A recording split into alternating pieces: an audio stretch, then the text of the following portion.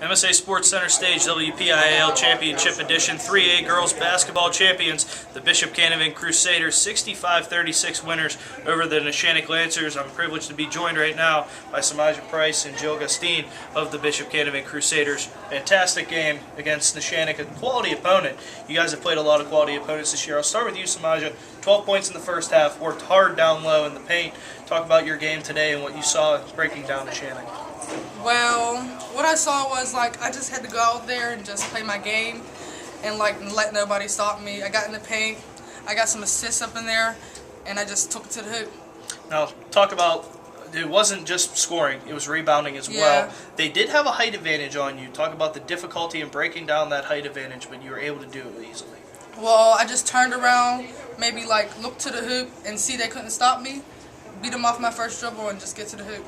The score was 21-7 at the end of one quarter, and then Gillan Gustine comes in the second quarter and goes 5 of 6 from three-point land, dropping a quarter-high 15 points. Talk about your game. A lot of defensive breakdowns for them, leaving you with wide-open threes.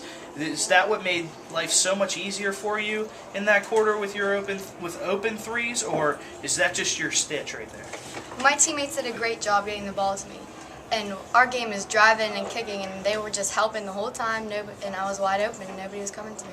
Now, this question both of you can really answer. In the third quarter, they actually outscored you 17-10. They came out as a completely different team, as if the game was 0-0, despite the fact trailing by 30 at halftime. Talk about how difficult it made things for you, but you guys were able to kind of settle things once they chipped that lead down to 20.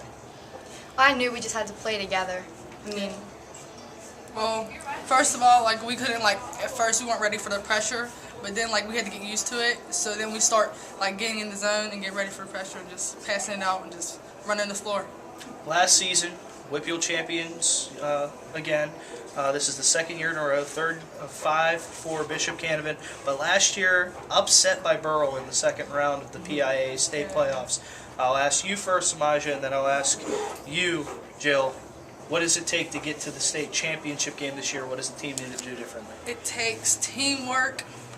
It just takes confidence. And yeah, we just got to play together. That's all. Jill? I think we've got to play together, get some rebounds, and I think we'll be good.